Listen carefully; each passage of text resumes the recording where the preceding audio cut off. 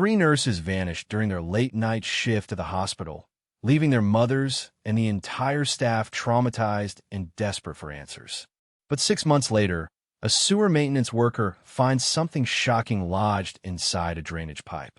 A discovery that would change everything and reveal the horrifying truth behind their disappearance. The morning light filtered through the curtains of Marcia Langston's kitchen as she paced back and forth, her cell phone pressed against her ear. The steam from her untouched coffee swirled upward in the still air of her Mill Haven home. It had been exactly 6 months since her daughter Freya disappeared without a trace, along with her 2 best friends, Kiera Mendez and Callie Huang. I still can't believe we're dealing with a water problem on top of everything else. Marcia sighed into the phone. My shower this morning was just brown sludge. Same here, replied Isabel Mendez, her voice tired from months of worry. The whole neighborhood's affected. Leah had to cancel her morning appointments at the clinic because they can't sterilize equipment properly. Dr. Liwa Hang, the 3rd mother on their 3-way call, spoke up. The hospital administrator called me at 4 a.m. about it. Something about a major blockage in the municipal system. Public Works has been working on it since last night. The 3 women had formed an unbreakable bond since their daughters vanished. Before the disappearance, they had been casual acquaintances through their daughter's friendship, but grief and uncertainty had forged them into a support system that none of them could now imagine living without. Their children, the 3 young nurses, had been inseparable since they'd all gotten jobs at Meadow Ridge General Hospital after nursing school. Freya had become a licensed nurse in the dermatology and plastic surgery department. Kiera worked in pediatrics, and Callie had found her calling in the bustling emergency room.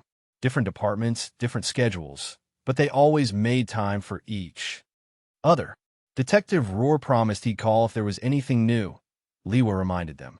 The police haven't stopped looking. As if summoned by the mention of his name, Marcia's phone buzzed with an incoming call. She pulled the device from her ear and checked the screen. Detective Vincent Rohr, she read aloud, her heart immediately racing. I need to take this. Hold on.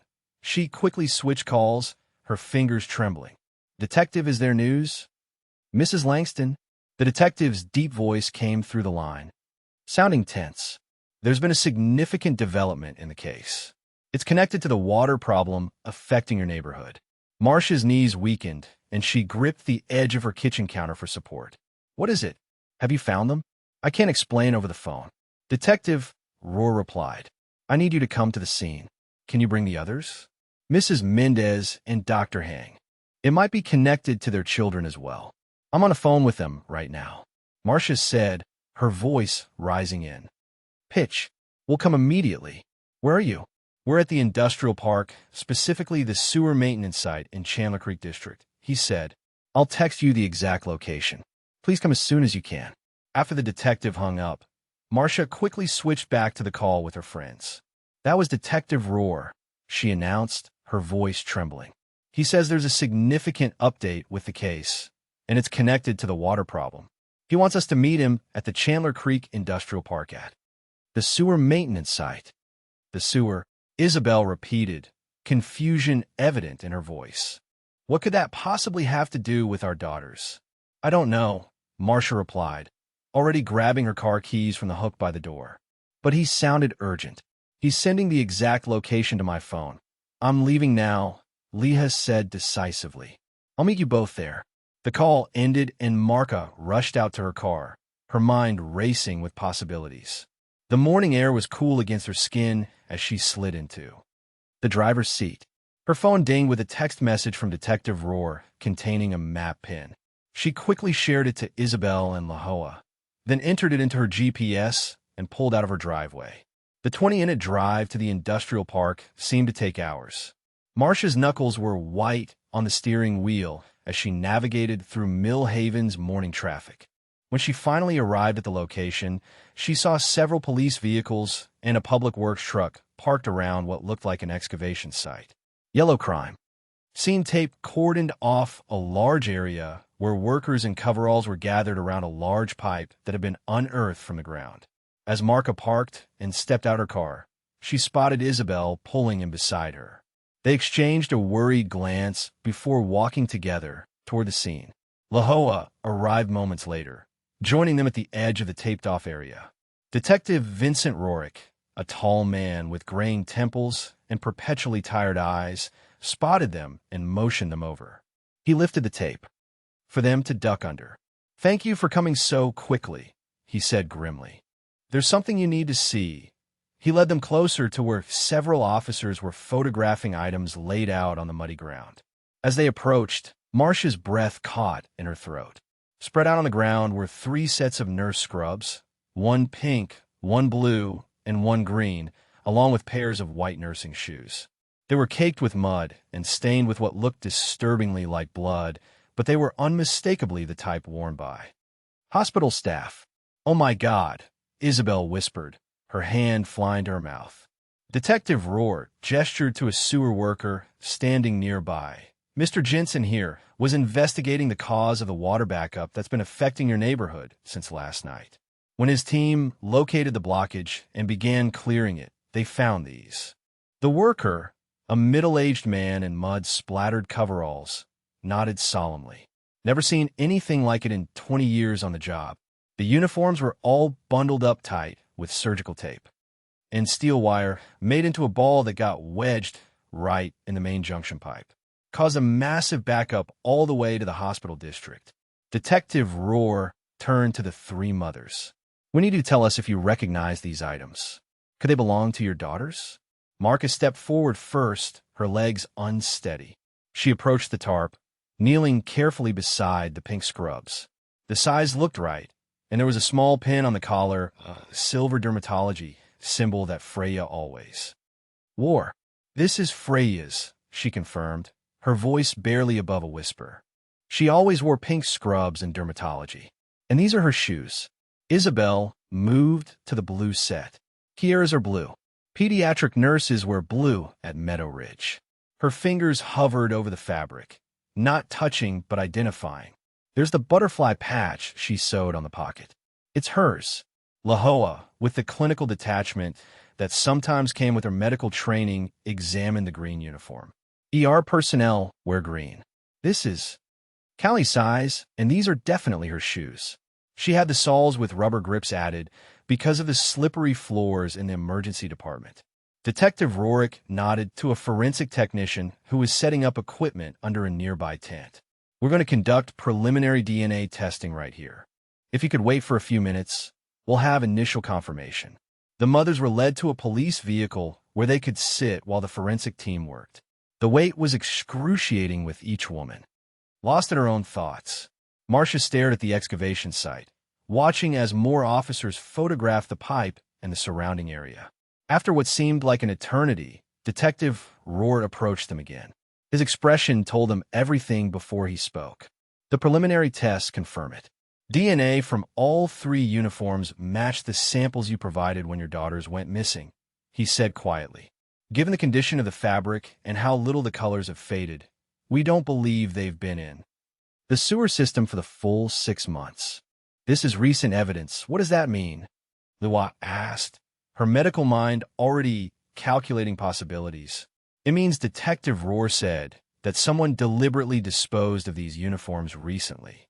The way they were bundled with wire suggests they wanted them to cause a blockage or at least make them heavy enough to sink and stay hidden. This wasn't an accident." "Are our daughters?" Isabel couldn't finish the question. "We don't have any evidence of that," the detective assured her quickly. "What we do have is our first real lead in months. Someone had these uniforms, and they tried to dispose of them in a way that suggests they're trying to hide evidence, or maybe wanted the evidence to be found, that someone might still have information about what happened to Freya, Kiera, and Callie." Marcia looked back at the muddy uniforms, her daughter's pink scrubs now being carefully placed in an evidence bag. "So what happens now?" "Now," Detective Rurick said with determination, "we follow this lead. And since the evidence was discarded recently, we have a much better chance of tracking whoever did this, as the forensic team continued processing the evidence." A silver BMW pulled up to the edge of the scene. Marcia watched as a man in his early 40s stepped out, his posture rigid with concern as he surveyed the police activity. He wore expensive casual clothes under a light jacket, looking as though he'd dressed in a hurry. "Dr. Velman," Detective Rohr called out, recognizing the newcomer. Marcia immediately recognized him, too. Dr. Nathan Velman, the dermatologist and plastic surgeon who had supervised Freya at the hospital. He had attended the first few search meetings after the girls disappeared, but had gradually stopped coming as the weeks turned into months. The doctor approached, offering a firm handshake to the detective. "I just finished my night shift and was driving home when I noticed all the commotion," he explained, running a hand through his perfectly styled dark hair. "Is there some kind of accident? I saw the public works truck and got concerned." Detective Rohr briefly explained the situation, gesturing toward the evidence collection area. "We've recovered what appears to be the missing nurses' uniforms from a sewer pipe blockage. It's the first significant evidence we've found in months." Dr. Velman's eyebrows rose, and he glanced toward the three mothers with a sympathetic expression. "I heard about the water issues at the hospital last night. The surgeries were nearly canceled because of it." His gaze settled on the evidence bags being loaded into a police van. "Those are their uniforms." "Yes," Marcia confirmed, watching his reaction carefully. "Freya's pink ones from your department." Something flickered across the doctor's face. Concern, perhaps, or maybe something deeper. "Nurse Freya was exceptional," he said quietly. "Best assistant I ever had in plastic surgery. Her attention to detail was unmatched." He turned back to Detective Rohr. "What happens now? Does this change the investigation?" "With this evidence, we're upgrading from a missing persons case to a potential criminal investigation," the detective explained. "We'll be reviewing CCTV footage from businesses near the sewer access points and interviewing hospital staff again." Dr. Velman nodded thoughtfully. "That seems like the logical approach, though I personally only work night shifts at Metteridge now." He glanced at his watch. "During the day, I run my own private practice. I actually just finished my night shift and have patients waiting this afternoon." Detective Rohr pulled out a small notebook. "We'd like to speak with you again as part of our follow-up interviews. Would you be available at the hospital during your shift, or should we schedule something at your private practice?" "Either works," Dr. Velman said, reaching into his pocket for a business card. "Here's my clinic information. Perhaps we could arrange a separate time. My schedule is quite packed with patients." As they talked, a news van pulled up to the scene and reporters began unloading equipment. Dr. Velman's demeanor suddenly changed, his shoulders tensed, and he began glancing repeatedly at his watch. "I should really be going," he said, taking a step back. "I need to get some rest before my afternoon appointments. Please keep me updated on any developments." "I've missed Freya's assistance greatly." Detective Rohr thanked him for stopping by and turned to greet the approaching media team. Dr. Velman quickly retreated toward his car, adjusting his jacket as he walked. Marcia noticed something odd about his behavior: the sudden urgency to leave when the media arrived. While Liwa and Isabel stayed to prepare for the inevitable interviews, Marcia found herself hurrying after the doctor. "Dr. Velman, wait," she called, catching up to him at the edge of the parking area. He turned, surprise evident on his face. "Mrs. Langston, is there something else?" "We haven't spoken in months," she said, studying his face. "How have you been?" "Busy," he replied, his hand resting on his car door. "Opening a private practice has been demanding, but rewarding. I wish Freya were here. We discussed my plans many times. She was excited about potentially joining me once I got established." A sad smile touched his lips. "No other nurse has her expertise in post-op care for facial procedures." "I didn't know you had opened your own clinic," Marcia said. "Congratulations." "Thank you," he replied, seeming to relax slightly. "It's always been my vision to have my own consultation space. Most surgeries still happen at the hospital, of course. I don't have all the necessary equipment at my clinic yet." Before Marcia could respond, Isabel and Leha approached, having evidently decided to avoid the media after all. "Dr. Velman," Lewa said with a professional nod, "I've actually made an appointment at your clinic this afternoon. I have a patient who might need plastic surgery, and I wanted to discuss the case with you." Dr. Hang, yes," he said, recognition flickering in his eyes. "I have you on my schedule. 2 o'clock, correct?" "That's right," she confirmed. The doctor maintained a polite smile, but Marka noticed how his fingers tapped restlessly against his car door. "I apologize, but I really must go. It was a long night, and I need to rest before continuing work this afternoon." He nodded to them collectively. "I'll see you this afternoon, Dr. Hang." As he drove away, Marka turned to Lahoa. "Where exactly is his new clinic?" Lahoa looked surprised by the question. "It's on Maple Avenue, near the main intersection with Oak Street. It opened the same month our daughters disappeared." "I'm surprised you didn't know." Marka shook her head slowly. "With everything that's happened, I stopped noticing anything outside this nightmare." She paused, thinking about the doctor's behavior. "Did he seem strange to you just now?" "He seemed tired," Isabel offered. "Night shifts are brutal. I remember when Kiera was doing her night rotation in the NICU. She was like a zombie." "Maybe," Marka murmured, not entirely convinced. A reporter approached them, microphone in hand, and Marka reluctantly agreed to a brief interview. She spoke about their continued hope of finding the girls and her belief that whoever had disposed of the uniforms would eventually be caught. After the interviews, Detective Rohr gathered the three mothers again. "The forensic team will continue processing the evidence. I'll update you as soon as we have more concrete information from the lab and the sewer experts. We're going to find out what happened to your daughters and who dumped these uniforms." With heavy hearts, but a renewed sense of hope, the three women returned to their respective cars, each processing the morning's shocking developments in their own way. Marcia drove slowly through the familiar streets of Mill Haven, her mind replaying the morning's events. The image of Freya's mud-stained pink scrubs kept flashing before her eyes. Those uniforms had been a source of such pride for her daughter, the tangible symbol of her hard work through nursing school and her achievement in landing a position at Metteridge General. As she approached a traffic light at the main intersection, something caught her eye. On the corner stood a modern-looking building with a tasteful sign that Reedman Aesthetic Medicine. The parking lot was empty except for a single silver BMW. Dr. Velman's car. He said he was going home to rest. Marka murmured to herself, slowing her car as the light turned red.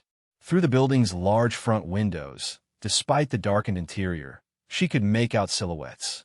Dr. Velman appeared to be engaged in an intense conversation with another man. The doctor's body language was agitated. He was gesturing emphatically, at one point reaching toward the other man's face. The stranger violently swatted the doctor's hand away, his posture aggressive. Marcia watched, transfixed by the confrontation playing out like a silent movie through the clinic's windows. Whatever they were discussing, it was clearly making Dr. Velman upset. A sudden blaring horn from behind made her jump in her seat. Glancing up, she realized the light had turned green, and the driver behind her was impatiently demanding she move. Flustered, Marka pressed the gas pedal and continued through the intersection, her eyes darting to the rearview mirror as the clinic disappeared from view. What was that about? She wondered aloud, gripping the steering wheel tightly. The doctor had seemed perfectly composed at the crime scene, if a bit evasive. What could have transpired in the short time since to cause such an intense confrontation? Marcia drove one more block before, making a sudden decision.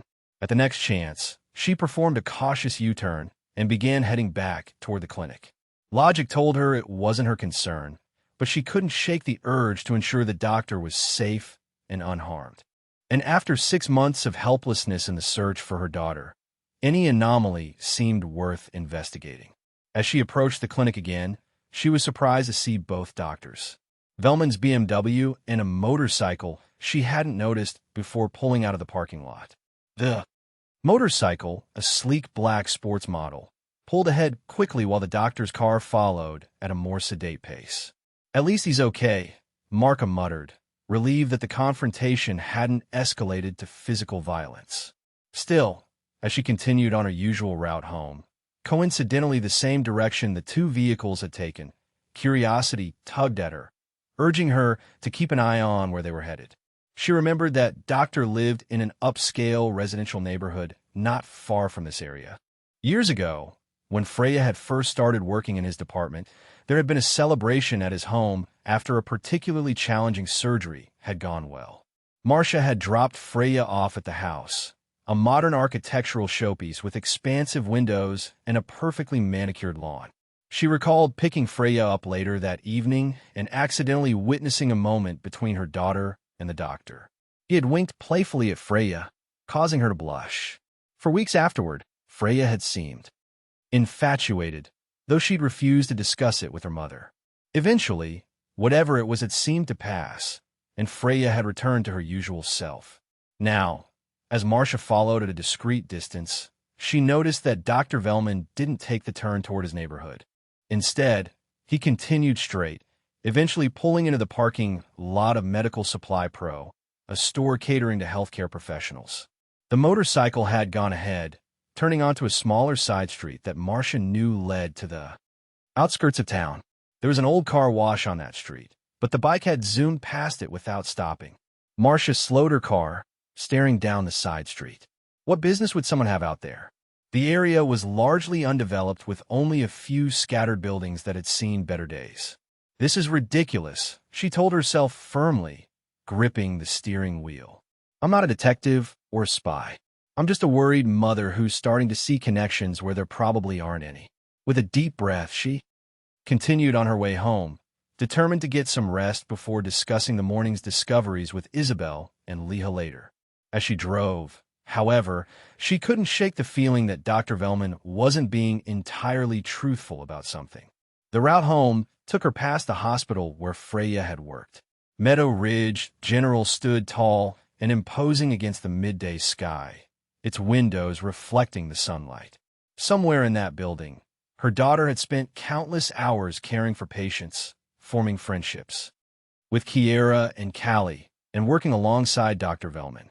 Had something happened there that led to their disappearance? Mark had asked herself that question countless times over the past 6 months. Today was the first time they'd found any significant clue, and it had been literally dredged up from the sewers beneath the town.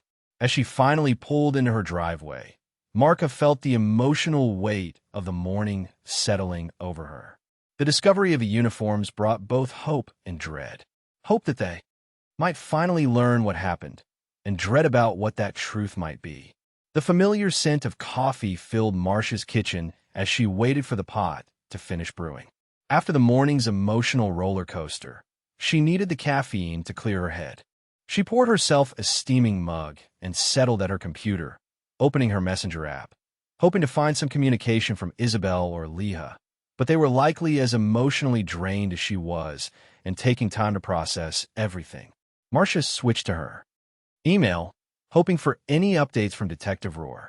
She refreshed the page, and this time a new message popped up from him. Her heart skipped a beat as she quickly clicked it open. Mrs. Langston, the email began. I wanted to update you on a significant development. Our forensic team found partial fingerprints on the steel wire used to bundle the nurse's scrubs.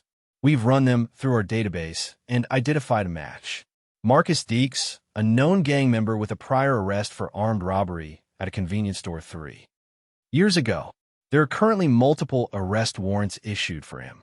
We're treating him as our primary suspect and will be attempting to locate him at his last known address. I'll keep you informed of any further developments. Marcia read the email twice, her coffee forgotten as she processed this new information. A name. Finally, a name connected to her daughter's disappearance.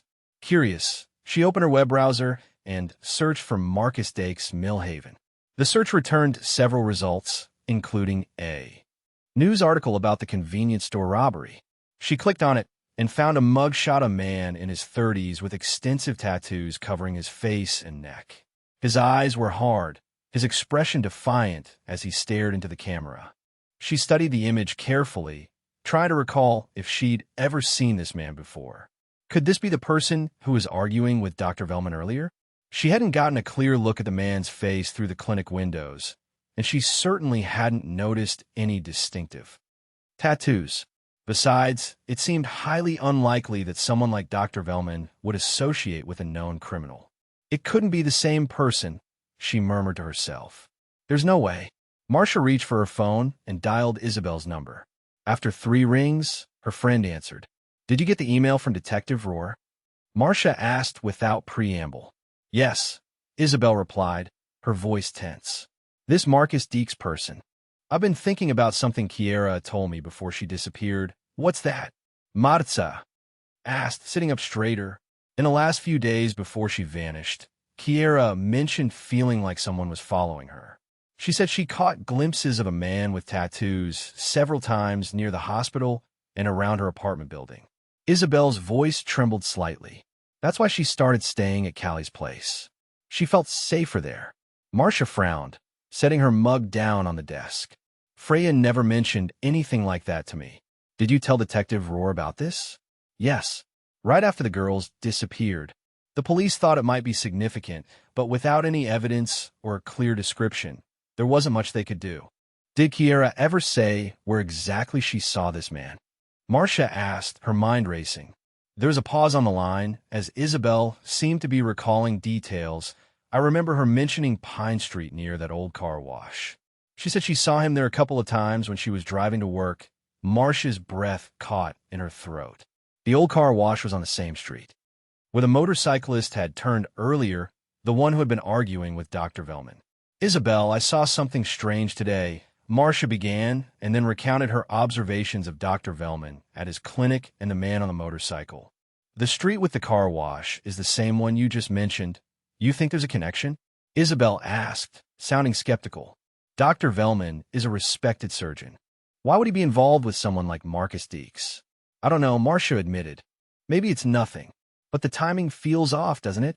The uniforms turn up in the sewer this morning, and then Dr. Velman suddenly reappears, only to be caught in a heated argument at his clinic after saying he was going home to rest. Maybe we should tell Detective Rohr about what you saw, Isabel suggested. I will, but I want to be sure before I start making accusations. Marcia hesitated, then continued. By the way, did you know that Liwa has an appointment with Dr. Velman this afternoon at his clinic? Yes, she mentioned it. Something about a patient consultation. I think I might go with her, Marca decided, just to see the clinic for myself. You're starting to sound a bit paranoid, Isabel said gently. Dr. Velman worked with Freya for years. He attended the search meetings at the beginning. Why would he suddenly be a suspect? I'm not saying he is, Marcia defended. But something feels off. Has felt off since this morning when he showed up at the industrial park. There was a long pause before Isabel spoke. Again, I'll trust your instincts. Marca, you've always been more perceptive than me. Just be careful not to see connections that aren't there just because we're desperate for answers. I know, Marcia sighed. Maybe I'm seeing things that aren't there. But after 6 months of nothing, I can't ignore even the slightest possibility. I understand, Isabel said softly. Let me know what you find out. I think I'll stay home and rest today. This morning took a lot out of me. After ending the call, Marca dialed. Liwa next, where a friend answered. Marca quickly filled her in on the email from Detective Rohr and her conversation with Isabel. A man with tattoos, Leah amused. Callie never mentioned anyone following her, but she wouldn't have wanted to worry me. She was always so independent. Liwa, about your appointment with Dr. Velman this afternoon. Would you mind if I came with you? Marca asked. Of course not, Liwa replied. To be honest, I'm not sure I feel up to driving after this morning. Maybe we could go together. I'll wait in the lobby while you have your appointment, and then we can talk about what happened today. Marcia said. And Liwa, did you think Dr. Velman seemed strange this morning? At the scene, Liwa paused before answering. Doctors are bound by strong ethics and vows. Marcia, someone with Dr. Velman's reputation wouldn't risk his career doing something illegal or dangerous.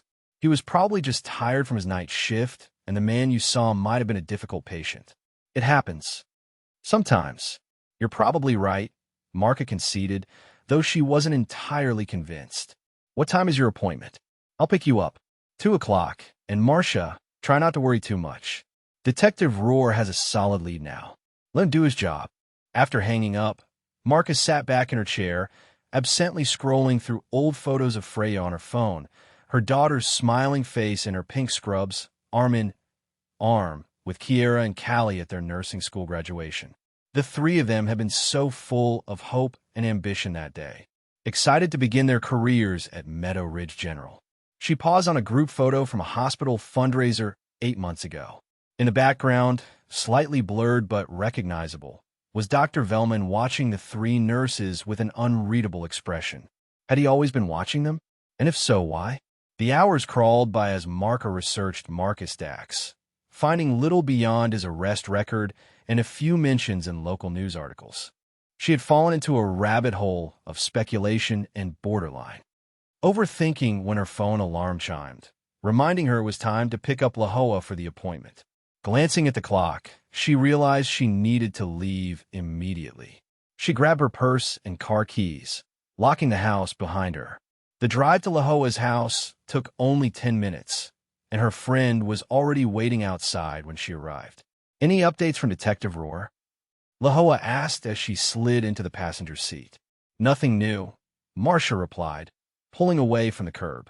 "Have you spoken with Isabel?" "Briefly. She's resting at home." Lihua fidgeted with the strap of her handbag. "This appointment, it's for a patient with severe facial scarring from a burn injury. I've been trying to find the right specialist, and Dr. Velman is one of the best in the region." "I understand," Marcia said, navigating through the afternoon traffic. Professional life has to continue even through all of this. They arrived at Velman Aesthetic Medicine 15 minutes before the scheduled appointment. The clinic's exterior was sleek and modern, floor-to-ceiling windows framed by minimalist gray stonework. The parking lot had several cars now, unlike earlier when only the doctor's BMW had been present. As they entered the reception area, they were greeted by a young woman in stylish medical scrubs behind a curved desk. "Good afternoon. Do you have an appointment?" she asked with a practiced smile. "Yes, Dr. Liwa Hang at 2 o'clock, Liwa replied, presenting her hospital ID card. The receptionist tapped at her computer. Then her expression shifted to apologetic. "I'm sorry, Dr. Hang, but Dr. Velman has canceled all his afternoon appointments due to an emergency. We tried to contact everyone, but a few calls went to voicemail." "An emergency?" Liwa repeated, glancing at Marcia. "Is everything all right?" "I wasn't given any details," the receptionist said, "just instructed to rescue all of today's patients." "Will he be at Meadow Ridge General Hospital instead?" Lahoa pressed. The young woman shook her head. "I wasn't informed about that. I can reschedule you for tomorrow or early next week if you'd like." Marcia, meanwhile, had moved toward the large windows overlooking the parking lot. "His car is still here," she observed, pointing to the silver BMW parked in the reserved space. "Has he left already?" The receptionist hesitated before answering. "Dr. Velman is still in his office. He said he would be leaving soon, but asked not to be disturbed." Marcia and Liwa exchanged a look before thanking the receptionist and stepping back outside. As they walked across the parking lot toward Marcia's car, they passed Dr. Velman's BMW. Marcia slowed, her attention caught by something in the back seat. Through the car's window, she could see the back seat was filled with medical equipment, an oxygen tank, what appeared to be monitoring devices, and most notably, a folded portable stretcher. "Lewa, look at this," Marcia whispered, gesturing toward the car. "Why would he have all this equipment in his personal vehicle? Doesn't the clinic have its own medical transport?" Leah peered through the window, frowning. "That is unusual. Most practices have dedicated vehicles for equipment transport, especially something bulky like a stretcher." "Something doesn't feel right," Marcia said, moving away from the car as another patient approached the clinic. First the argument this morning, now canceling appointments, but still being here and all this equipment. "Marcia," Lewis said gently, touching her arm, "I think you might be overthinking things. Put yourself in his shoes. He's a busy doctor who works both at the hospital and his own practice. Maybe there's a perfectly reasonable explanation." They got into Marcia's car, but instead of starting the engine, she sat staring at the clinic building. "Should we wait and see what he's doing? Where he's going? That's bordering on stalking," Leah said with concern. "Why don't we go to Isabel's house instead? It would be better to stick together than spending time alone overthinking this situation." Marcia hesitated, then gave a reluctant nod. "You're right. This whole thing is starting to get under my skin." She started the car and pulled up to the intersection, waiting for the traffic light to turn green. In her rearview mirror, she saw movement in the clinic parking lot. Dr. Velman was hurrying to his car, carrying a small case. "Look," Marcia said quietly. "He's leaving now." They watched as the doctor got into his BMW and quickly backed out of his space. He pulled up to the intersection beside them, positioning his car in the lane to their right. From this close vantage point, they could see him clearly. Through his side window, Dr. Velman was on his phone, oblivious to their presence. His expression was tense, almost panicked, as he gesticulated wildly with his free hand. At one point, he slammed his palm against the steering wheel in frustration. "Please," they heard him exclaim through the partially open window. The next word was faint but unmistakable. "Dangerous." His expression then softened, changing from anger to something akin to pleading as he continued the call, staring straight ahead and completely unaware of Marcia and Leo watching him. When the light turned green, Dr. Velman's car accelerated quickly, moving ahead of them into the flow of traffic. Behind them, a car honked impatiently. Marcia, startled from her observations, quickly drove through the intersection. Without consciously deciding to do so, she found herself following the doctor's BMW at a discreet distance. "Marcia, what are you doing?" Lewa asked, her voice tinged with concern. "That didn't seem normal to me," Marca replied, keeping the silver car in sight. "Do you think it was normal?" "We're not going to tail the doctor like some detective movie," Lewa protested. "The nurse said it was an emergency. It's natural for him to be upset or worried in that situation. This is irrational. Marcia, we should just go to Isabel's place, calm down, and wait for update from Detective Rohr." Marca was about to relent when she saw Dr. Velman's car make a sudden turn at an intersection on a Pine Street, the road with the old car wash that Isabel had mentioned, the same street where the motorcyclist had turned earlier that day. "Lehoa, this isn't the way to Meadow Ridge Hospital," Marcia said, easing off the gas as they neared the intersection. "If the doctor had an emergency procedure, wouldn't he be heading there? It's the only hospital in this town." Lehoa pulled out her phone and opened a map application. After a moment, she looked up with a frown. "You're right. There's no hospital or medical facility down that road." She hesitated, then added, "or any residential areas either." That was all the confirmation Marcia needed. She turned on a Pine Street, following Dr. Velman's car at a distance. Neither woman spoke as they left the familiar parts of Mill Haven behind, the urban landscape gradually giving way to more industrial, less maintained areas. After about 15 minutes of driving, they found themselves on a rural road bordered by overgrown fields. Ahead, Dr. Velman's BMW pulled into the parking lot of what appeared to be an abandoned building. A weathered sign, partially obscured by untrimmed branches, identified it as Meadowview Clinic. Marca slowed her car, pulling into a gas station across the street. From this vantage point, they could observe the doctor's movements without being noticed. The black motorcycle they had seen earlier was already parked near the building's entrance. "That's the same bike," Marcia whispered as if the doctor might hear them from across the street. They watched as Dr. Velman began unloading equipment from his car, making repeated trips into the dilapidated building. The clinic's windows were covered with dust and grime, and parts of its exterior showed signs of long neglect. Why would he be performing any kind of emergency procedure in a place like that? Liwa asked, her professional skepticism finally overtaking her defense of her colleague. "And who's the patient?" "Maybe that man I saw this morning," Marcus suggested. "The one with the motorcycle?" Leah pulled out her phone. "I'm calling Detective Rohr. This is beyond suspicious." Now, as Lewa made the call, Marca took out her own phone and began recording video of the doctor moving equipment into the building. She sent the footage to Detective Rohr and also to Isabel along with their location. Isabel responded almost immediately. "What kind of motorcycle is that?"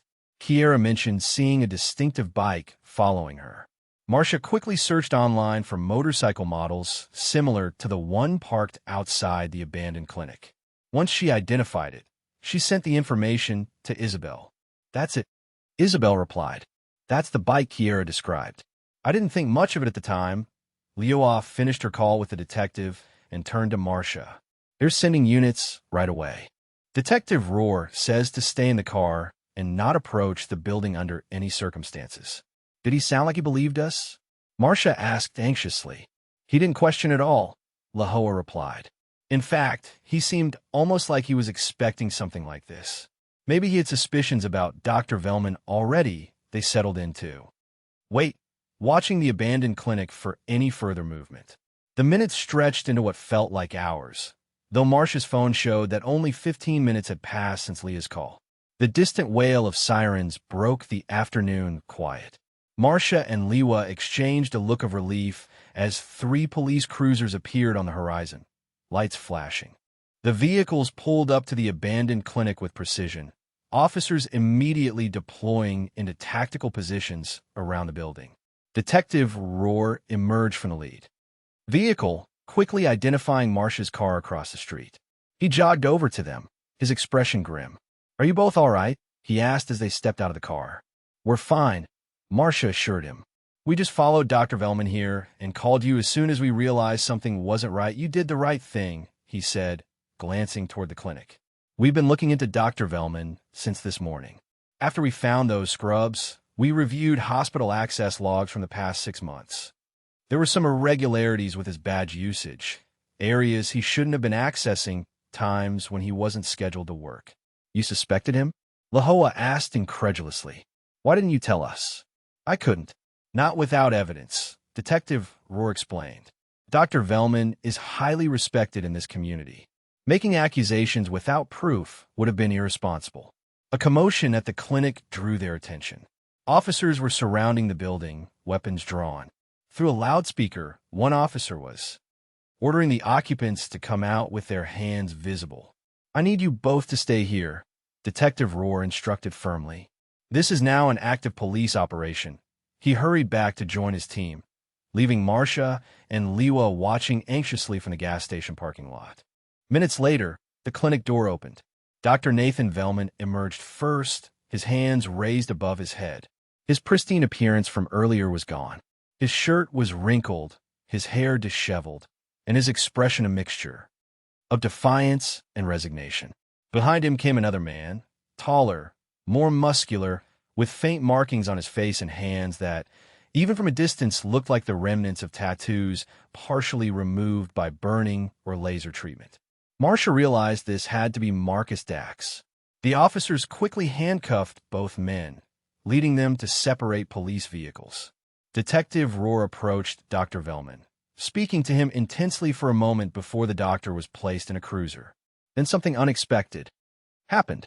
More officers emerged from the building, this time accompanying 3 frail-looking women who were being carefully helped toward waiting ambulances that had just arrived. Even from across the street, Marca recognized them immediately. "Oh my God," she gasped, clutching Lewa's arm. "It's them. It's our girls." Without thinking, they both ran across the street, ignoring the officer who tried to stop them. Freya, Kiera, and Callie were being carefully loaded onto stretchers, looking severely malnourished and disoriented. Their once vibrant faces were gaunt, their eyes hollow from months of captivity.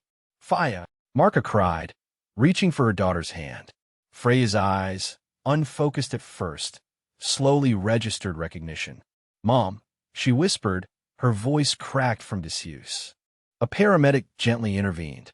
"Ma'am, we need to get them to the hospital immediately.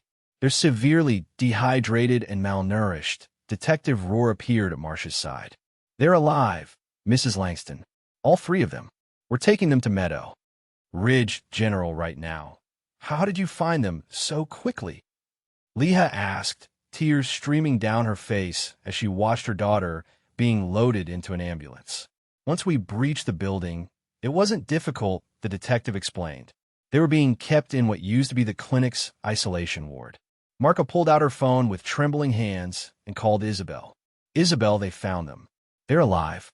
We're at the old Meadowview Clinic, but they're taking the girls to Meadowedge General. Meet us there." Isabel's scream of joy was audible even to Detective Rohr, who nodded in understanding. "You can follow the ambulances to the hospital. I'll meet you there after we secure the scene." As they hurried back to Marcia's car, they could see forensic teams arriving, preparing to comb through the abandoned clinic for evidence.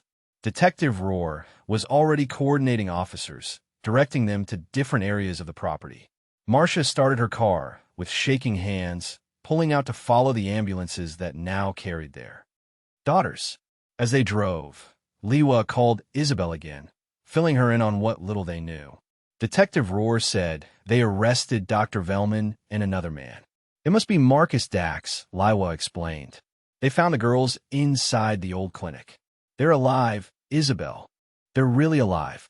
As they followed the ambulances toward Meadow Ridge General, Marca tried to process what had just happened. After 6 months of agonizing uncertainty of imagining the worst possible scenarios, her daughter was alive, wounded, traumatized, but alive. The drive to the hospital seemed both endless and instantaneous. When they finally arrived, the emergency department was already preparing for the incoming patients. The ambulances pulled up to the bay, and medical teams rushed out to meet them, efficiently transferring the 3 young women to waiting gurneys. Marcia and Liwa were directed to a private waiting area where Isabel joined them minutes later, breathless from running. The 3 mothers embraced, their relief and joy mingled with concern over their daughter's conditions. The doctor said they'll come update us as soon as they've assessed them, Marca explained, wiping tears from her eyes. They're severely malnourished, but they're alive. What happened? Why did Dr. Velman take them? Isabel asked, clutching Marcia's hand. I don't know yet, Marcia admitted. Detective Rohr said he'll explain everything when he gets here. As they waited, hospital staff periodically checked on them, offering water and reassurance. Word had spread quickly throughout the hospital that the missing nurses had been found, and many staff members, some who had worked with the young women, gathered in the corridor outside, anxious for news of their colleagues. A few hours later, Detective Rohr arrived, accompanied by 2 officers.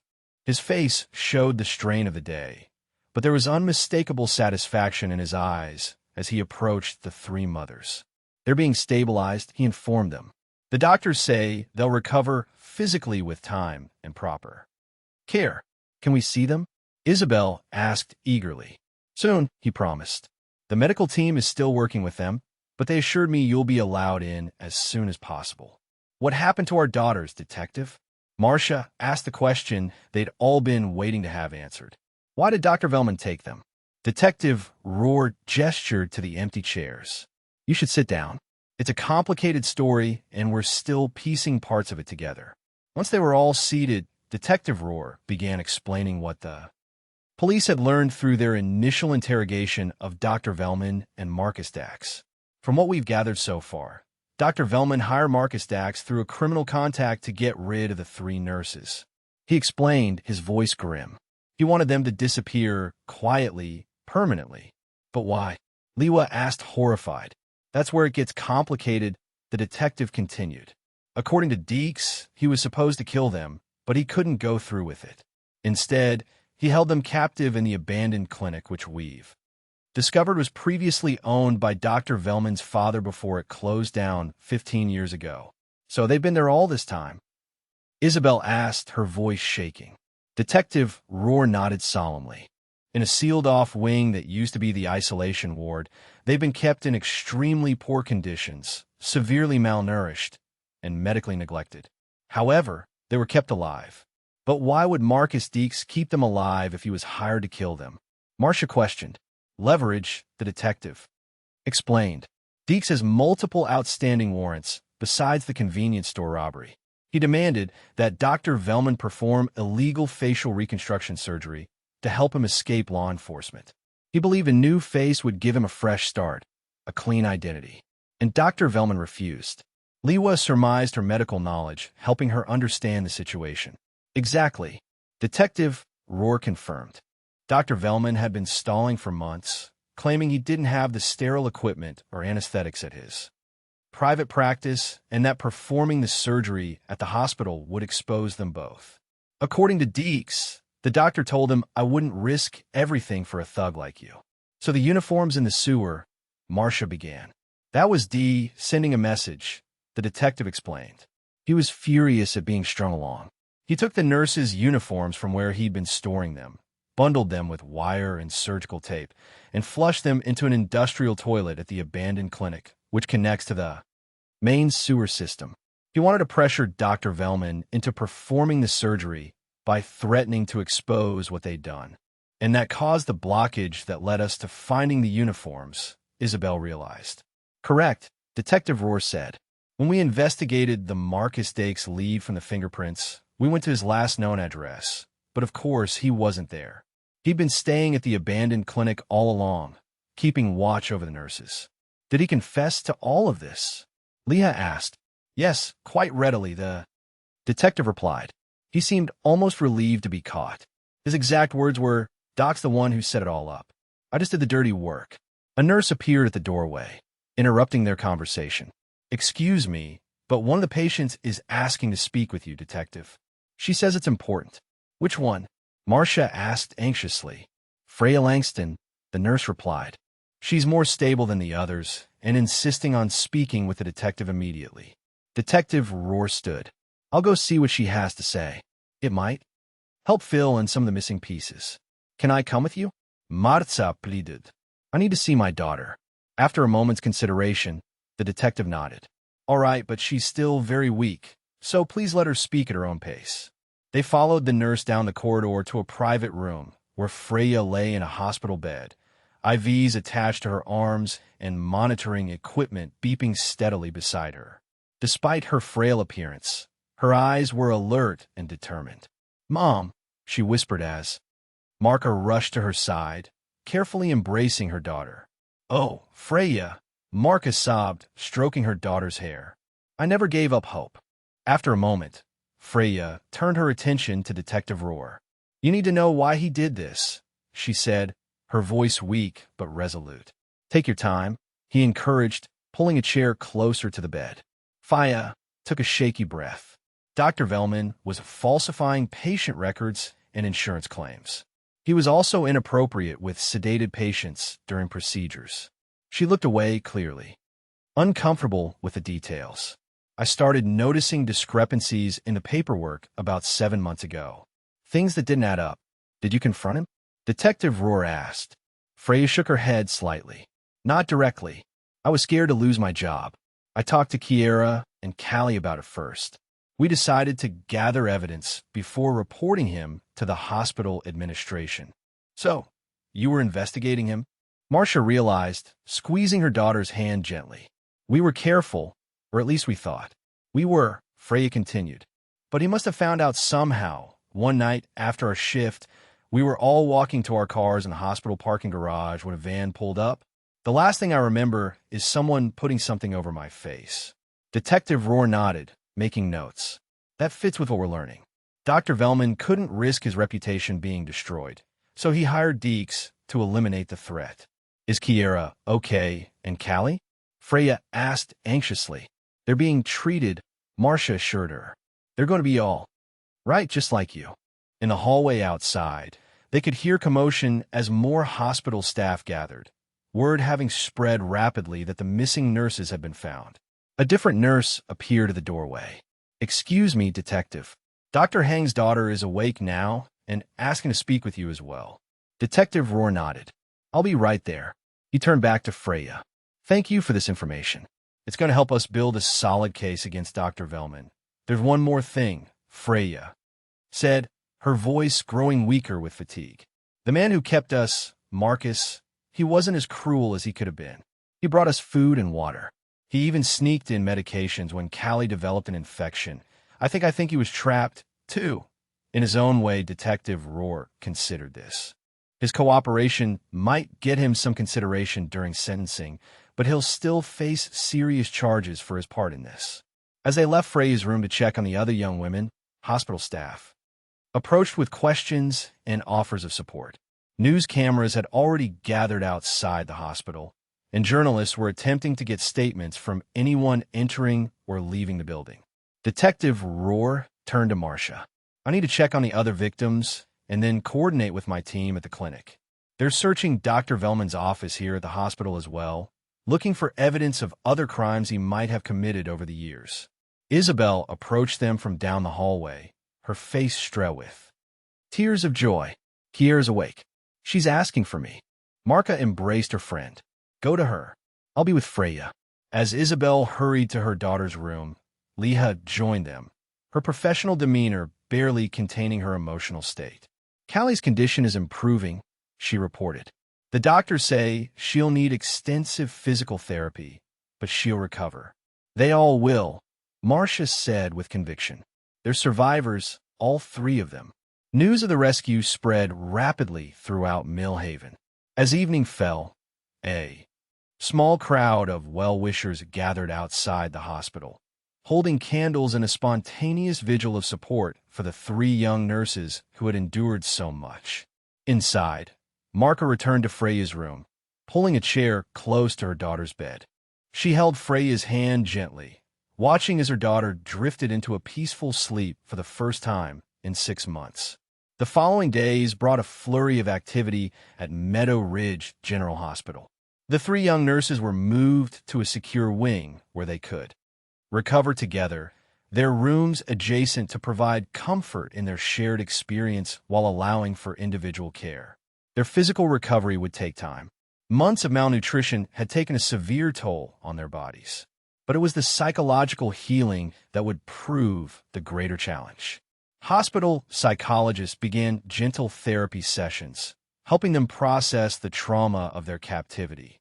1 week after their rescue, Marcia arrived at the hospital to find Freya sitting up in a wheelchair by the window of her room.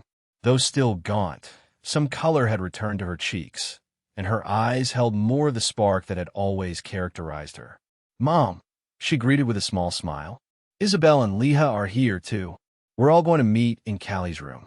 Marcia helped wheel her daughter down the hallway to where Isabel and Lewa were already waiting with their daughters.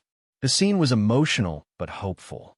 Three mothers reunited with their children against all odds.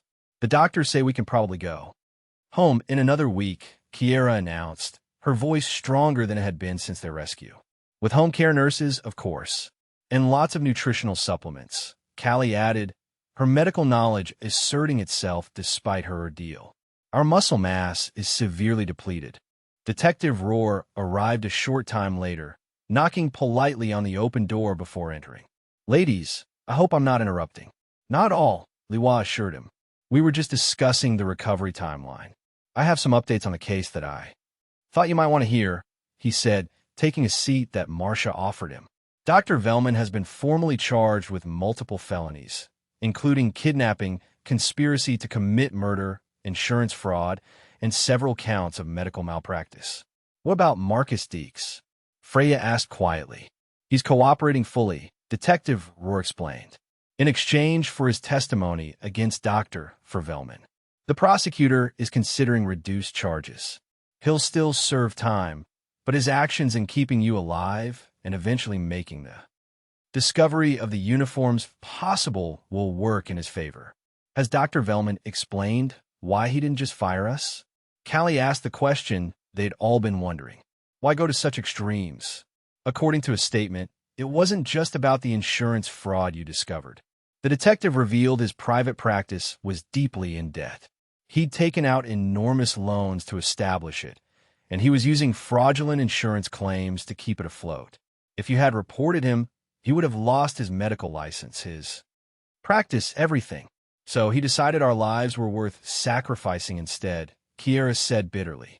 "There's more," Detective Rohr continued.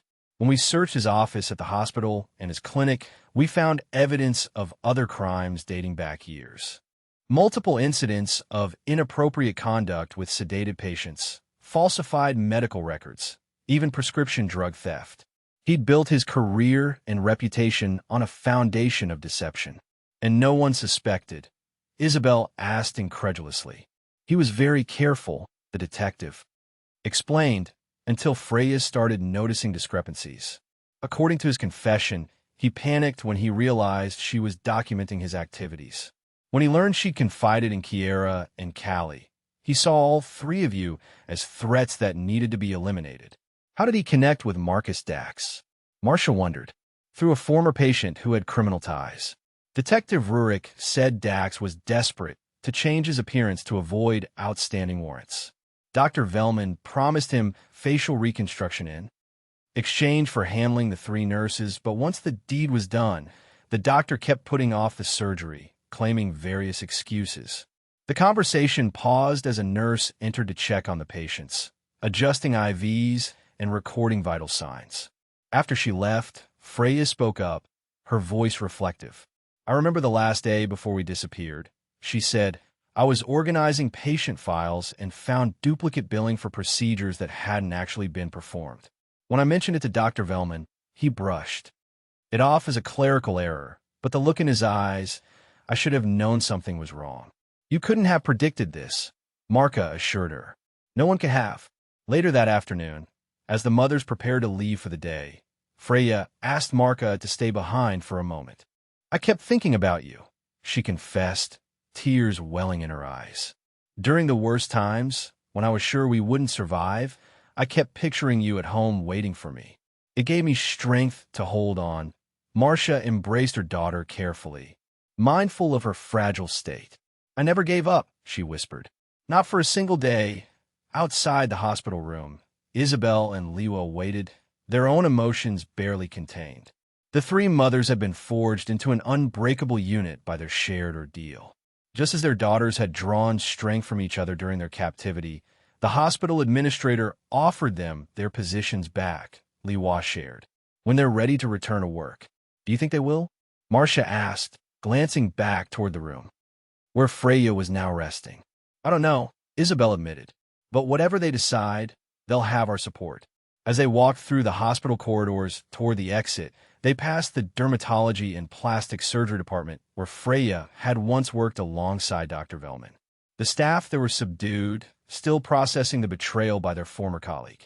Outside, the evening sun cast long shadows across the hospital grounds. Media trucks still lingered, though the initial frenzy had subsided as the story transitioned from breaking news to ongoing coverage. The three mothers paused, looking back at the building where their daughters were finally safe. "I keep thinking about how close we came to never finding them," Marcia said softly. "If those uniforms hadn't blocked that pipe, if you hadn't noticed Dr. Velman's strange behavior," Leah added. "If Detective Rohr hadn't connected the dots so quickly," Isabel finished. They stood in silence for a moment, each contemplating the series of events that had led to their daughter's rescue. The path to healing would be long and challenging, but the nightmare of uncertainty was over. "Same time tomorrow?" Marka asked, though she already knew the answer. Isabel and Liwa nodded in unison, and the three women parted ways, each heading home to prepare for another day of supporting their daughter's recovery, a task they would face together, just as they had faced the long months of searching.